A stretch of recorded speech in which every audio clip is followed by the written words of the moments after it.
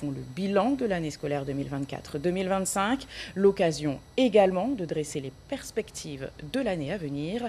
Faïka Madi Soalis, Clotilde Séraphin-Georges et Frédéric Larzabal.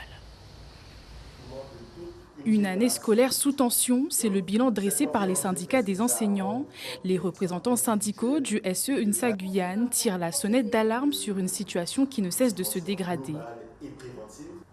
On est face à une école totalement insécurisée dans ses murs, puisqu'on a un bâti scolaire vieillissant, qui est en déliquescence.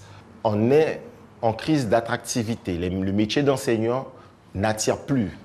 En Guyane, 70% des postes ouverts au concours sont vacants. Afin de pallier les déficits, l'Académie a recours au recrutement de 1600 contractuels, une solution qui ne fait pas l'unanimité. Nous, au niveau de la FSUS, du IPP, ce que nous réclamons, nous exigeons, ça fait partie de nos mandats, c'est qu'il y ait un recrutement par voie de concours, parce que qui dit par voie de concours parle aussi traduit la sécurité d'emploi. Face à nos élèves, nous devons avoir des personnels formés, des fonctionnaires.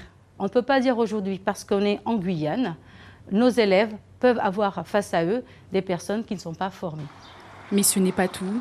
Pour le secrétaire général du STEG UTG, la rotation fréquente des recteurs pose aussi problème. On a un turnover au niveau des têtes qui empêche qu'il y ait de véritables plans sur des années qui soient construits pour avoir des bases solides pour l'éducation en Guyane. Les gouvernances que l'on constate dans le rectorat font parfois obstruction à ce que l'on puisse avoir une avancée significative dans les dossiers urgents de l'académie.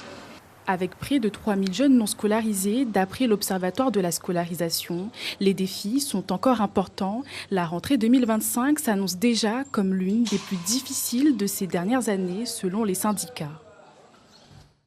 Non au harcèlement scolaire.